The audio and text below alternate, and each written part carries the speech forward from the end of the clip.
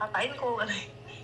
Enggak, senang, aku kangen papa. Oh ya, saya bilang, papaku berdoa ya, aku bilang itu papa udah bahagia di surga. Saya bilang gitu sama ya, mungkin dia ngerasa punya beban buat adik-adiknya, mungkin dia nangis keluapan hati ya Pak ya. Excel ini ya Bu? Karena iya kan dia kan masih, ya menurut saya sih masih kecil, tapi dia lebih dewasa lah maksudnya daripada saudara-saudaranya yang lain. Dia berusaha kuat untuk adik-adiknya. Kemarin waktu dia nangis, dia kangen sama bapaknya. Iya. Excel ini usia berapa ya Bu Deborah? 14 Pak. 14 ya? Iya, usia 14 tahun. 14 ini saya Kelas jadi 3, ingat. kelas 3 Iya. SMP. Saya jadi ingat anak teman saya itu, mungkin tahu juga ya, Raditya Olowan itu. Oh iya. Oh tahu ya? Yang saya ngikutin di Instagramnya, saya suka soalnya saya kan asli Jakarta Pak Joy. Oh aslinya. gitu, saya juga asli Bandung, deket ini berarti. Oh iya Pak. Orang Jawa Barat. Iya, saya pindah ke Surabaya itu, jujur saya itu broken home, mama papa saya cerai, mama saya pindah agama. Yang nyelamatin saya itu emak saya, oma saya. Saya kena narkoba di Jakarta, kelas 2 SMP saya sudah makin narkoba. Oh gitu. Terus oma saya bilang, kamu mau berubah nggak? Dia bilang, iya Mak, mau berubah. Ya udah, berarti ikut emak, dia bilang. Janji ya, berubah ya, dia bilang. Iya Mak, janji berubah. Akhirnya saya sekolah di Surabaya, saya dititipin sama keluarga saya. Ya akhirnya saya ya bertobat benar-benar udah enggak. Ya perjalanannya lama, memang nggak segampang kalau ya, apalagi masih sekolah ya Pak, masih ketemu banyak orang, jadi itu kadang di kayak mouse waktu itu. Saya pakai ini Pak, sampai lupa saya pakai Cimeng Pak, sama ada obat Nipam, Lexon, sama satu Megadon kalau nggak salah zaman itu ya. Terus sempet 2 bulan itu saya baru pertama kali tren-trennya sabu ya.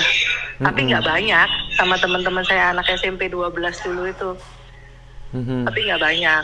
Terus akhirnya emak itu udah kerasa mungkin ya, nih anak kok tambah kurus, terus wajahnya udah beda, sering ngomong sendiri, dia ngomong gitu. Akhirnya sama tante, udah deh bo deh, daripada ntar nih anak tambah nggak karu-karuan katanya. Jadi pisahin dari mama saya. Gitu, terus saya udah ambil keputusan untuk oh ya udah, aku mau berubah. Terus tahun berapa itu Bu Deborah? Tahun berapa ya Pak? 2000-an lah Pak. Masih ya. Saya ini masih muda Pak. 86. Oh 86. Saya masih 86. 86 berarti 35 masih ya, nomor. 35. Iya, masih 35 umur saya. Jadi waktu ketemu Bapak di Surabaya dijodohin ya? Saya di Surabaya. Kan itu masih saudara masihan. Oh. Jadi om saya nikah, punya istrinya punya adik, yaitu saya nikah sama istrinya adiknya om saya. Bilangnya beda saya sama Pak Alek itu 16 tahun Pak. Oh 16 tahun? Iya 16 tahun. Wow. Dia benar-benar momong saya istilahnya. Wih, rasanya makanya saya nyari suami yang kayak dia susah banget, bisa terima saya apa adanya dengan banyak kekurangan istilahnya kan. Ya Bapak tahu lah pergaulan saya anak Jakarta kayak gimana. Iya. Kalau pindah ke Surabayanya ingat tahun berapa? Saya pindah ke Surabaya kelas 3 SMP tahun 2000-an kalau nggak salah Pak. Oh 3 SMP. Iya, saya dipindah di sini. Maksudnya orang tua ini ya supaya nggak ketemu teman-teman di Jakarta gitu ya? Itu mama udah nggak ngurus saya Pak. Oh, mama gitu? Papa udah nggak ngurus saya. Sudah dilepas saya udah itu. Karena udah capek, saya kan nggak pernah pulang rumah. Sering ngilang kan. Iya, iya. Udah capek katanya mama. Cuman yang oma saya itu nangis tuh kan, oma saya tuh takut saya hamil waktu itu kan. Saya terus nih kalau hamil nggak ada bapaknya tambah repot sama tante saya itu. Saya sempat tinggal di rumah tante saya lama. Itu sempat mau dipanggilin psikiater, saya sering ngomong sendiri, kayak halusinasi gitu loh Pak. Terus itu saya bilang, wah ini anak gawat nih kalau nggak di ini nih katanya gitu. Makanya saya lebih deket sama tante saya daripada mama saya sendiri. Tante saya kan pendoa. Terus dia bilang, kamu harus bertobat, nggak bisa kamu gini terus. Kalau nggak deket sama Tuhan, hidupmu nggak bakalan berubah, dia bilang gitu. Saya cuma denger toh, oh iya. Begitu emak saya nangis, dia bilang, kamu mau apa? Hidupmu kayak apa? Terus dia bilang, ya. Ya udah mak, aku mau. Emang saya lebih deket tante sama emak saya, justru mama saya nggak seberapa deket. Mau saya dipukulin terus. Sama semenjak ibu. mama saya nikah lagi itu saya sering dipukulin, makanya saya nggak betah di rumah, aku bilang gitu. Terus kamu ikut sama tantemu aja, dia bilang gitu. Terus langsung emak ngomong, ya anak nggak bisa gini terus, ya udah dipindahin aja, dia bilang, di Surabaya sama saudara. Itu saya ngambil komitmen itu karena kan memang tante saya kan aktivisnya GKI Maus. Jadi terus dia bilang, udah kamu di gereja sini dulu aja, dia bilang gitu. Nah udah, Di tapi saya Emmaus, dibaptisin sama emak di GPPS karena emak GPPS. Oh oke. Tapi saya aktifnya waktu itu ikut apa namanya di pemuda remajanya GKI Maus, terus sempet ikut sama Bu Deborah Sri Lestari. Nama saya Deborah Ayu Lestari. Bu Deborah Sri Lestari kan udah meninggal tuh. Saya ikut ininya apa, kata kesasi waktu itu. Sempet saya Pak. Iya. Gak ada, Bu Deborah sudah meninggal kan. Terus akhirnya saya dibilang, gak sempet sampai selesai kata kesasi, pindah rumah Pak, jauh kan waktu itu dari rumah ke GKI Maus. Akhirnya pindah rumah, saya nggak nerusin itu tadi, GKI itu tadi. Udah nggak pernah ke GKI juga, akhirnya jauh dari rumah. Iya. Gitu. Jadi ketemu Pak Alex itu di apa? Saudara di Surabaya. Surabaya. Sorry, maksudnya dijodohin, dikenalin gitu ya? Iya. Ini saudara, terus akhirnya sebenarnya sih ada beberapa keluarga yang nggak setuju. Terus saya bilang, emak saya bilang, ini anak mau dapat siapa kalau nggak kayak kondisinya udah kayak gini, maksudnya berantakan istilahnya kan Pak. Iya. Terus akhirnya saya sempat ngomong sih sama Mama, Ki, ini yang bener nih, aku bilang ini beda 16 tahun, Mama udah gak setuju kan. Iya. Terus udah lah apa, daripada dapat orang yang ntar habis itu dia cerai lagi, dia maksudnya Mama itu udah trauma dengan kata-kata perceraian tuh, sudah trauma Mama itu, dia bilang gitu. Iya. Karena kan Mama saya bercerai, dia bilang udah nggak usah, udah apa wes, Alek baik kok, gini pelayan. Udah saya komit, udah lo ya, nggak boleh macam-macam, dia bilang. Saya masih kerja Pak, masih kerja dulu, masih usaha, masih ngambil kelas kuliner, masih les gitu. Terus tapi nggak saya terusin, saya kerja diterima di Mas Pion, kerja 2 tahun. Terus katanya Pak, ayo nikah, dia bilang gitu. Ya sudah, ambil komitmen, sudah ya berhenti, nggak boleh gini ya. Iya. Tapi memang Pak Alex dari awal yang saya kenal kan memang sama kakaknya kan pelayanan. Waktu kenal udah pelayanan ya?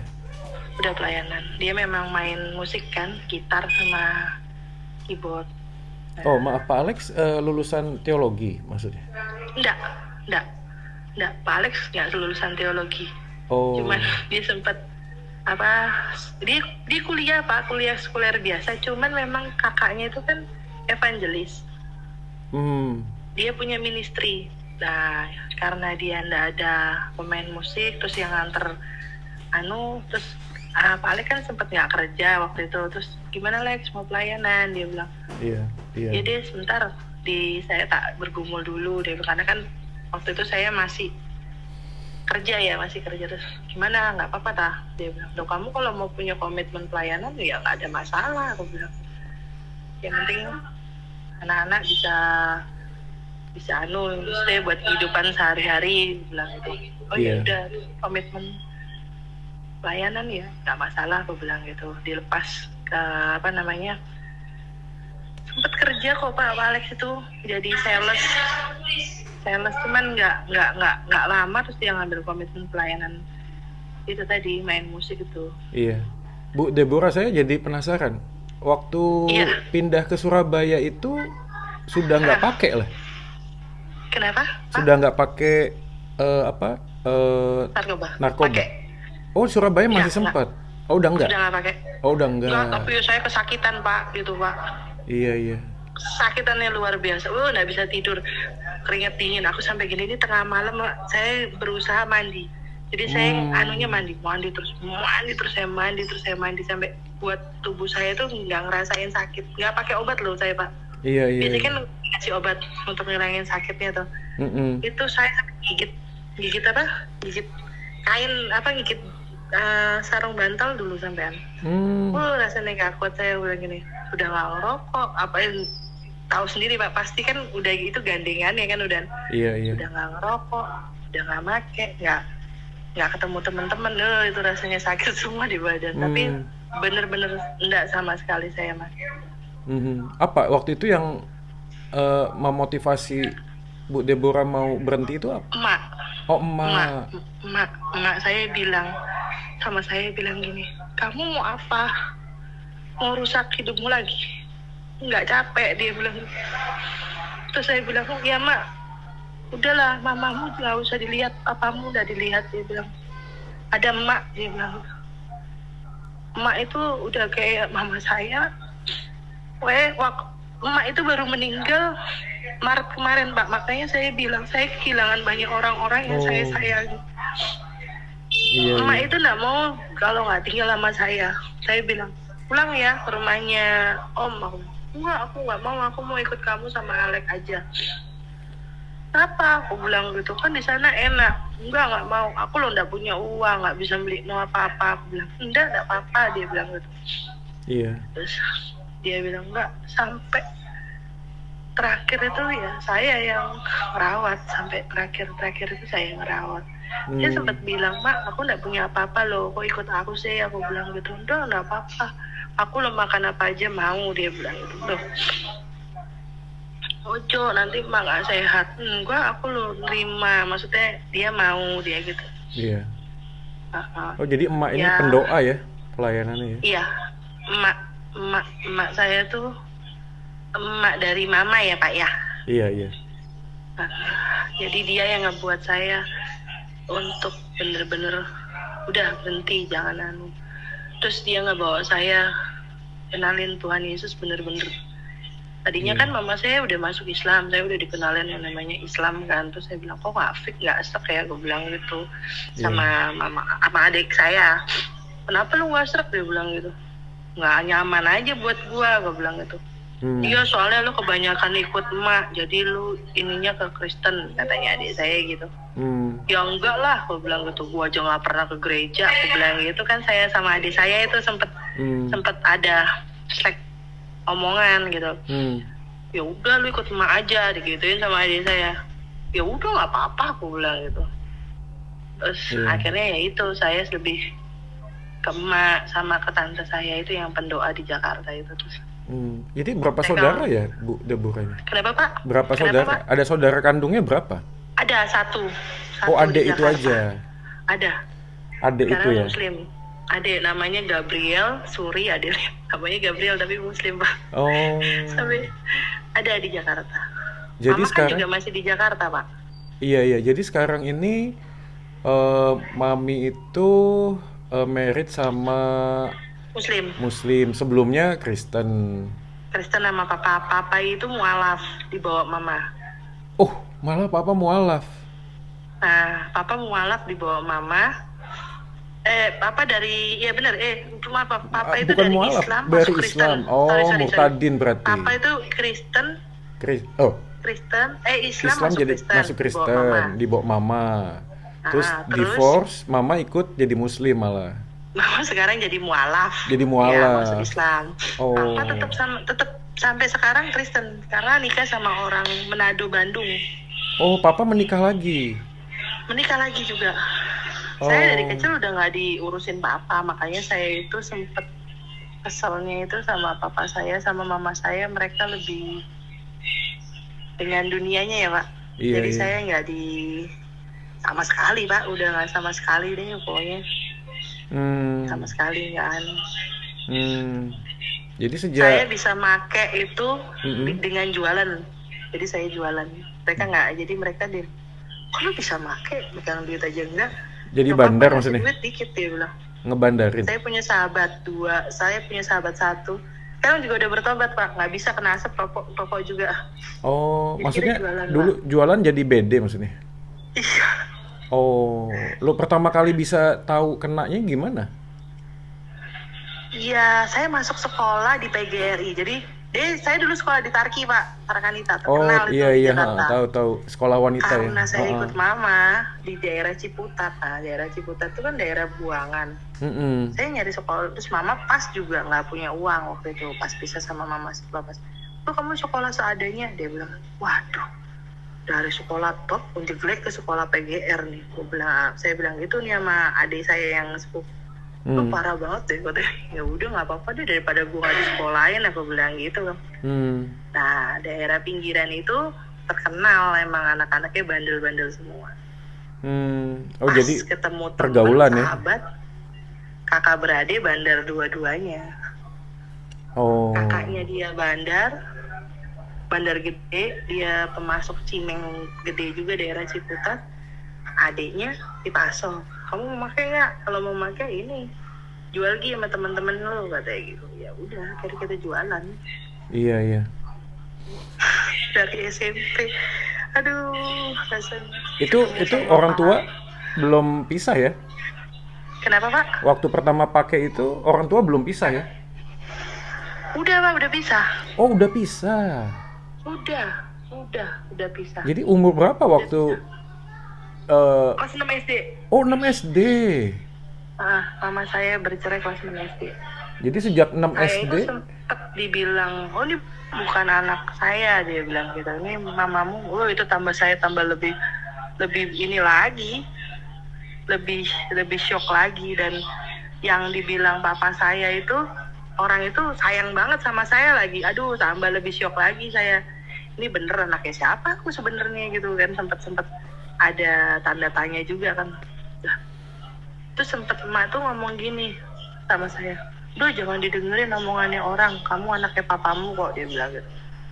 Oh ya udah mak, gue bilang, gue banyak Pak, jadi yang ngebuat saya makin terpuruk, makin ngerusak diri saya. Istilahnya kan saya nggak ada jati diri, tambah saya Iya. rusak, tambah nggak karu-karuan. Ditawarin teman-teman saya, anak SMP 12, anak PSKD. Itu PSKD kan bandel-bandel semua tuh, yang deket Blok M Plaza tuh. Itu makainya lebih gila-gila lagi, mereka itu anaknya orang kaya kan. Dia lebih gila lagi makanya, teman kompleksnya. Alah lu make gini mah kecil-kecil, nggak ada apa-apanya. Dah lu make sama ngumpul sama kita aja, dia bilang.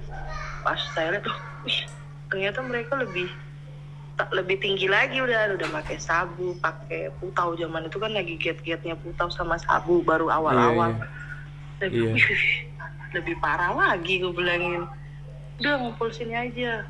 Nah, tiap malam tuh saya kadang-kadang sama anak pergi ke diskotik belakangnya Blok M Mall. Blok M apa ya, sampai lupa. Nah itu tuh, ntar bilang mama kemana, nginep rumahnya temen. Wah udah berangkat sama anak-anak. Udah, saya punya teman-teman di komplek memang kebanyakan anaknya orang kaya. Nah mereka itu yang ngepasok saya. Wah ini udah ikut aja, dia bilang itu. Jadi nampingin mereka. Nah sampai saya bilang gini sama Tuhan, begitu bertambah, goblok banget, mati saya dibujuk, dibohongin sama teman-teman zaman itu. Iya.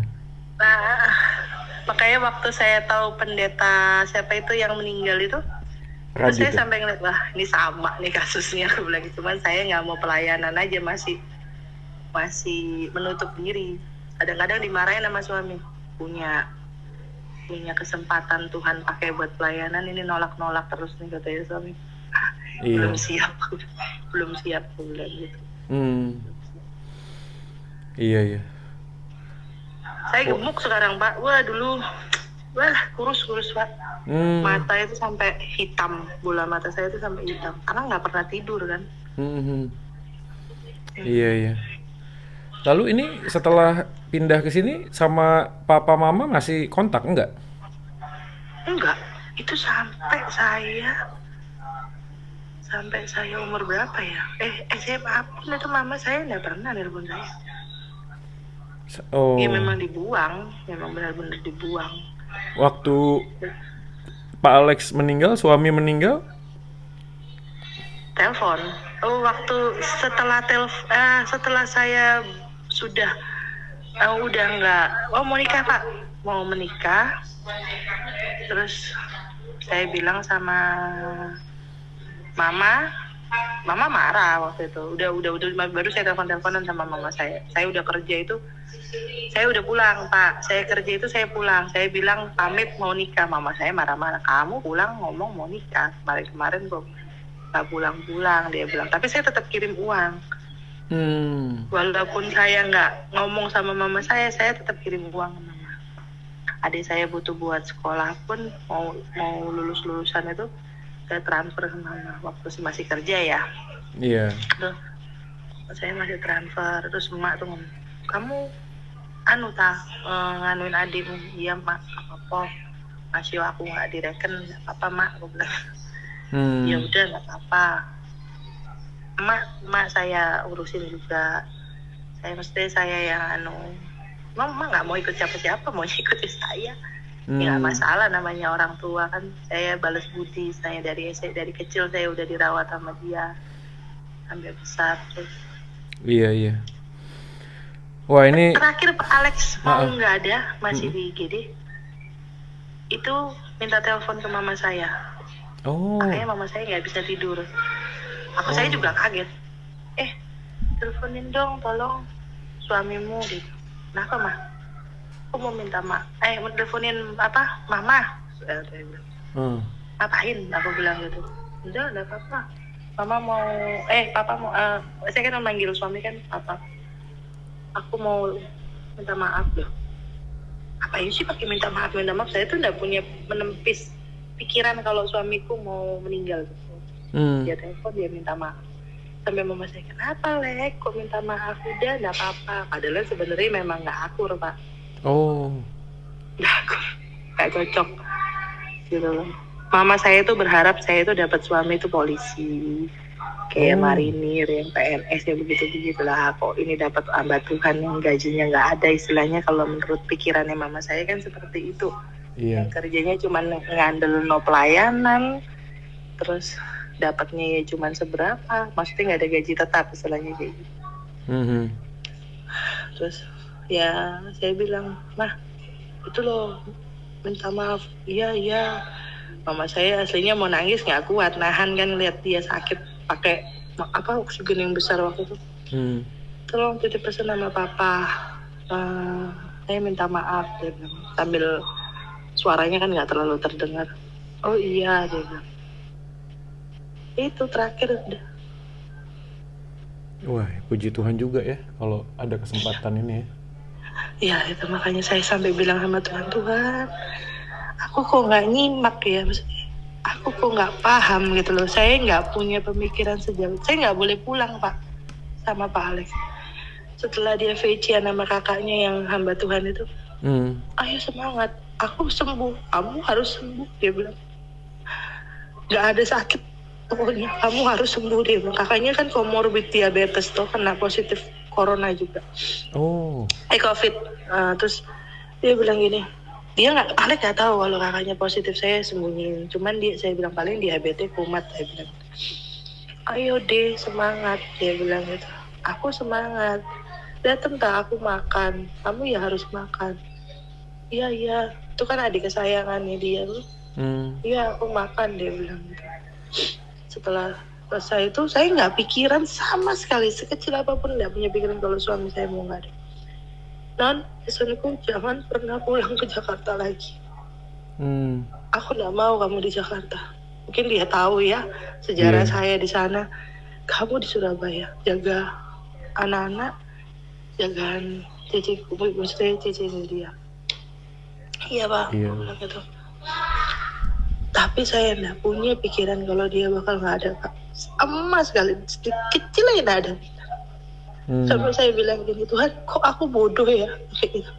Kok nggak tahu kalau itu pesan-pesan terakhirnya dia. Ya itu, saya belum berani ngomong sama mama maksudnya. Mama kepengen saya pulang. Tapi tuh buat saya itu kayak dilema Pak.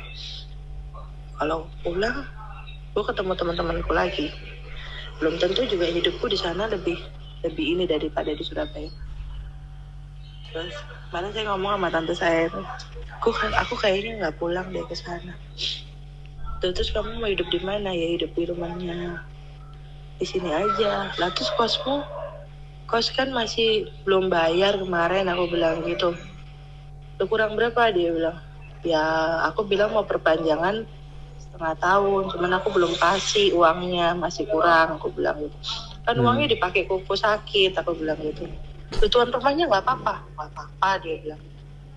Oh ya udah ya kamu jual aja barang-barangmu yang nggak kepake nanti buat bayar. Oh iya, rencanaku juga gitu, aku bilang gitu. Oh mungkin suamimu tahu jatuhmu di Jakarta, jadi dia nggak mau kamu jatuh lagi di tempat yang sama. Udah nggak usah pulang, tante saya juga ngomong. Iya. Om saya juga ngomong, nggak usah pulang. Aku juga nggak mau kamu di sini jatuh lagi. Ya Om ya, kamu gak usah mikirin macam-macam, fokus sama anak-anak. Kalau misalnya butuh uang sekolah atau apa ya kita ngomong bareng-bareng. Adik-adikmu juga mau komitmen, mesti adik sepupu saya yang kerjanya udah enak, mereka mau komit. Kalau misalnya dia bisa bantu ya dibantu, dia bilang. Iya kasih, saya bilang gitu. Iya. Untungnya adik-adik saya masih support lah istilahnya, maksudnya mereka nggak ngelihat saya yang dulunya kayak gimana, yang modelnya kayak apa, cuman dia ngelihat bahwa udah dalam perubahan besar, maksudnya oh ya lu udah banyak berubah, dia bilang gitu. Jadi lu harus semangat, anak-anak lu masih kecil, dia bilang gitu. Ayo tata hidup lu lagi yang baru ini, buka lembaran baru. Setiap kali diomongin gitu saya Pak, iya harus kuat. Setiap ditelepon kan mesti nangis saya. Iya. Jadi kemarin saya ditelepon sama Bu siapa itu Pak yang Bu Rika ya. Bu Ini Rika. hari ini saya janjian nanti jam 11 siang. Nanti saya telepon ya Bu, sama mau ngobrol sama anak-anak. Bu kalau ngobrol sama anak-anak agak siang Bu, anak-anak masih sekolah. Oh iya. Oke, nanti agak siang aja. Iya. Ya itu semoga bisa menolong sedikit ya, kan beliau juga konselor ya. Iya. Ini betul. sejauh ini berarti apa ada rencana yang dipikirkan ke depan, apa nggak ada ya? Atau Masih belum bisa mikirkan Pak. Ini kakaknya suami saya ini kan masih positif. Kondisi masih belum stabil, turun dari kasur aja masih beliur-beliur, kan belum diberitahu Pak.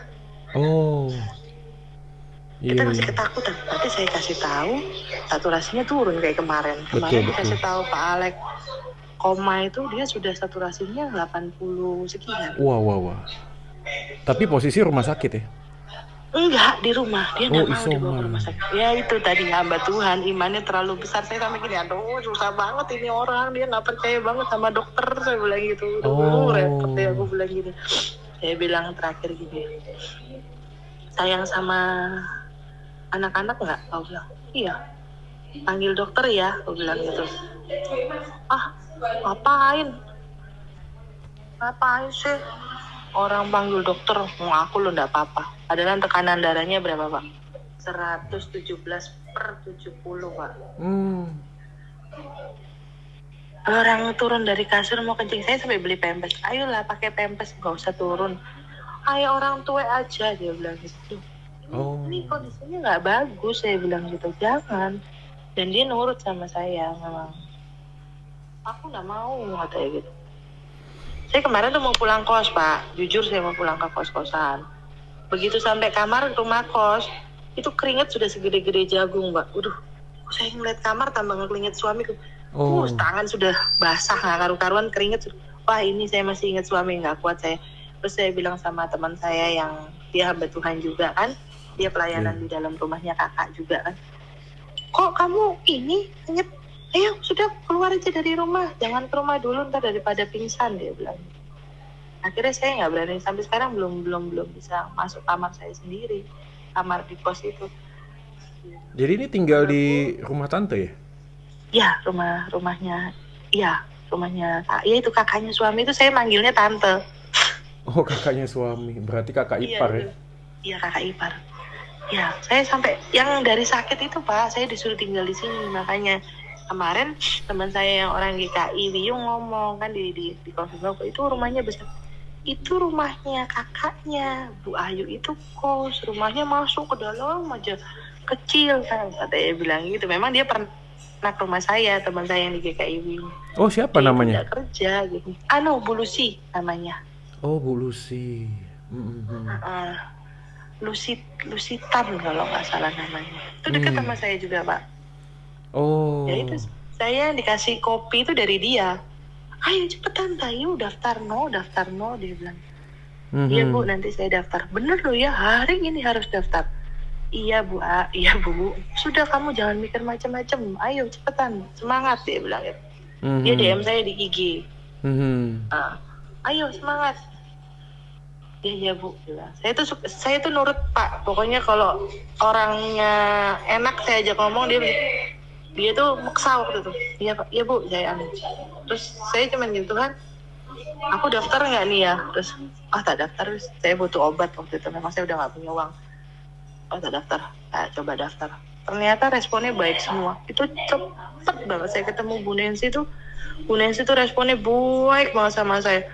Ibu ibu gini, nanti ibu gini terus. Ibu gimana anak-anak? Itu sampai setiap 10 menit sekali pasti WA saya. Saya sampai gini, duh Bu Nancy, terima kasih ya saya kok diperhatiin Bang. Sudah Bu, ini memang pelayanan saya gini. Terus saya akhirnya dikasih nomornya Pak Joy ya kalau nggak salah itu, terus katanya, ini nanti Pak Joy mau telepon ya Bu, gini nanti minta bantu. Ya, saya bilang. Saya sampai mikir gini, aduh Tuhan kok pas kirim saya orang-orang baik. Jujur ya Pak, saya mau ngomong ini dalam hati saya. Waktu saya susah selama tempat beli yang manggas itu kan sebelahnya kan ada es Oreo. Iya. Itu kan Belajar dulu. Mama. Iya, belajar dulu ya. Sudah. Ayo ganti baju. Capek mas pakai ini. Jadi bajunya ya sempit, dicopot dulu nah, ayo. Pinter. Ya itu terus saya tadi ngomong apa ya? Oh iya, teman beberapa orang yang dilayanin suami saya. Dicuci deh ini kot. Jangan besok dipakai. Apa? Kapan besok dipakai? Waktu saya dalam bener-bener, saya bingung ya Pak ya waktu itu. Duh, aku nggak ada uang, mau bawa suami gimana? Mau minta kakak juga nggak enak kan waktu itu. Saya kan nggak jualan nama Pak Joy 2 minggu itu. Ada tabungan, aku bilang ini. Saya tak bilang, HP-ku, laptopnya anakmu saya jual ya buat berobat.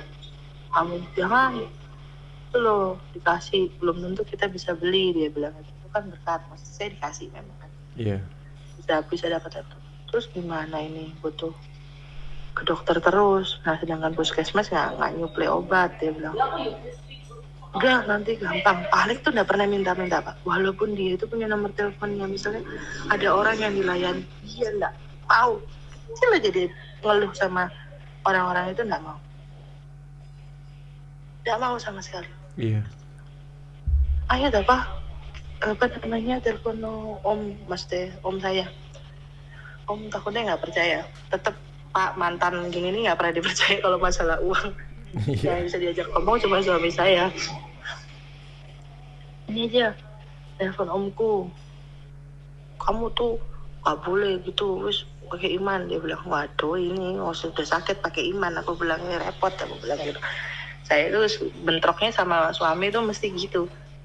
Kalau pakai iman ya boleh, aku bilang gitu, tapi ini uang butuh buat bawa ke rumah sakit, aku bilang itu. Pak Alex masih bisa saya ajak ngobrol itu, masih bisa mikir. Mama lagi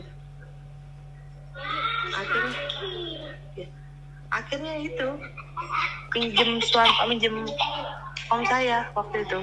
Terus dia bilang, ntar ya tak lihat dulu uang cari di tas hijau ada. Ada di kuku. Di koko ya. Apa?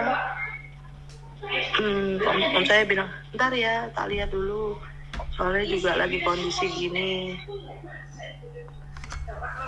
Apa ada, dia bilang. Waduh, saya udah shock nih, waduh. Nah, nyari duit kalau lagi kondisi pandemi gini kan minjem orang agak susah, Pak. Kira Tuhan kirim saudara saya itu, walaupun nggak banyak sih dia tolong saya. Iya. Terus Pak Alex saya bawa ke klinik itu, Pak, saya infus itu. Dia udah nggak kuat kan, nggak bisa makan, muntah terus. Saya bawa ke klinik, diinfus, terus pulang lagi ternyata drop tambahan. Waduh, ini bingung.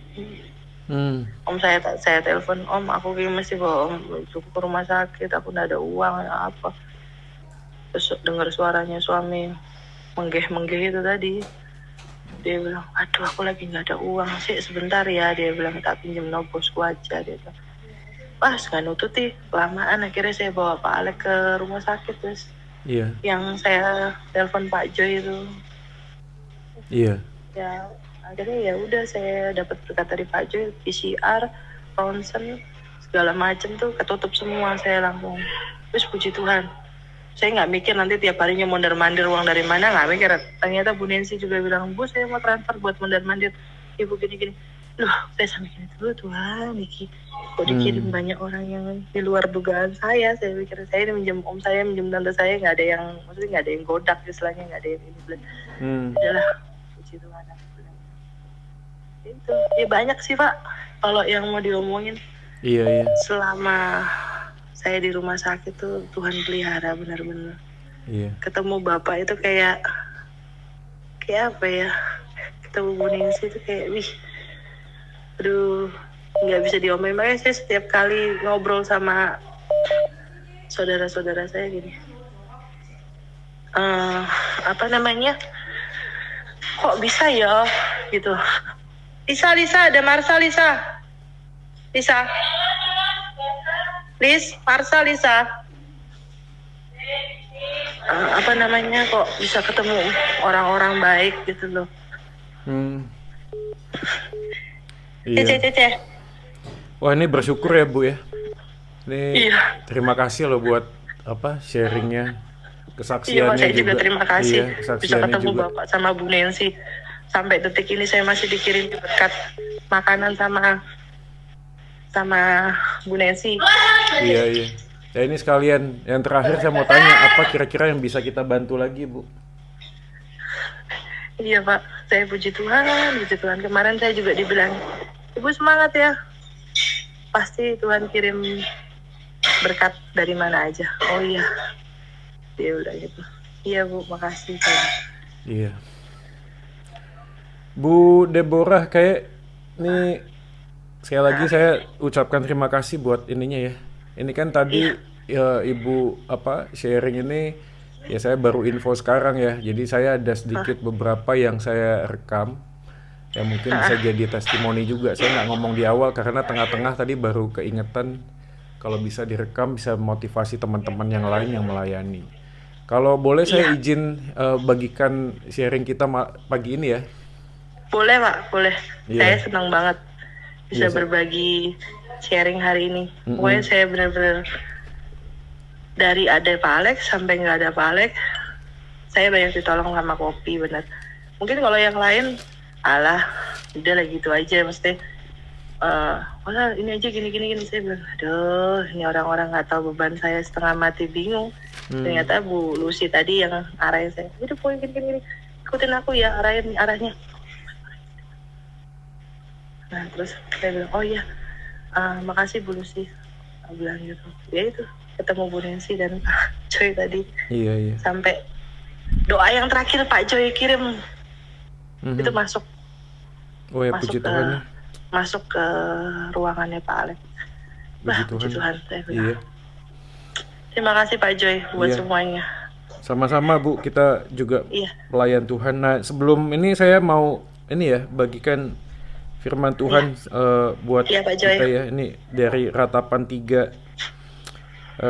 3 ayat 21 ya. Tetapi hal ini yang kuperhatikan, oleh sebab itu aku berharap tak berkesudahan kasih setia Tuhan, tak habis-habisnya rahmat-Nya, selalu baru tiap pagi, besar kesetiaan-Mu. Tuhan adalah bagianku, kata jiwaku. Oleh sebab itu aku berharap kepadanya. Tuhan adalah baik bagi orang yang berharap kepadanya, bagi jiwa yang mencari Dia. Nah ini kayak firman Tuhan ini juga bisa menolong ya. Kita manusia terbatas sih, saya juga kan terbatas ya. Tapi firman Tuhan kan nggak terbatas ya. Firman Tuhan menolong kita untuk ingat kasih setia Tuhan itu selalu baru setiap pagi.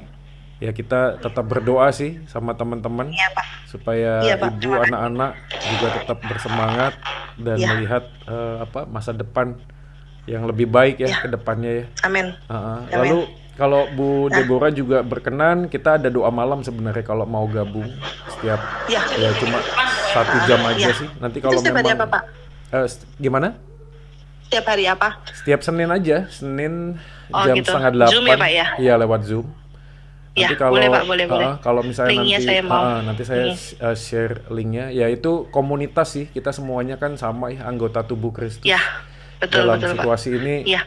ya kita cuma bisa ikut bersama-sama ngasih penghiburan ya seperti ini ya, karena Iya, keterbatasannya. Gak apa-apa, Pak. Iya. Apa-apa, saya mau ikut. Iya, kita Iya, berdoa boleh. ya, Bu Deborah ya. Iya, Pak. Terima kasih. Bapa Terima dalam kasih. surga, kami berdoa bersyukur buat kesaksian dari Bu Deborah dalam kondisi yang sulit. Ingat akan kasih setia Tuhan yang selalu baru setiap pagi.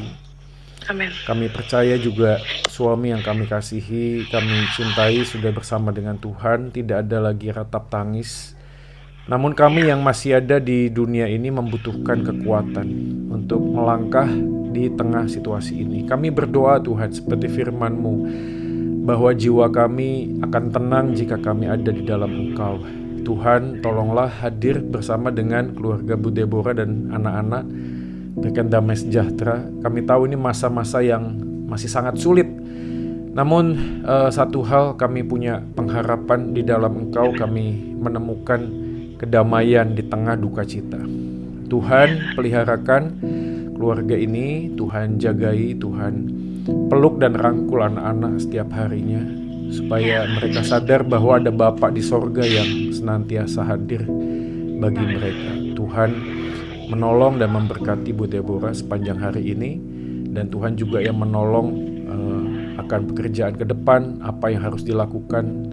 Kasih hikmat kepadanya ya Tuhan, supaya dia tahu apa yang harus dilakukan. Teguhkan dan kuatkan imannya, supaya dia boleh menjadi mama yang menyatakan kasih Tuhan buat anak-anak, dan kesaksiannya boleh menjadi berkat buat banyak orang.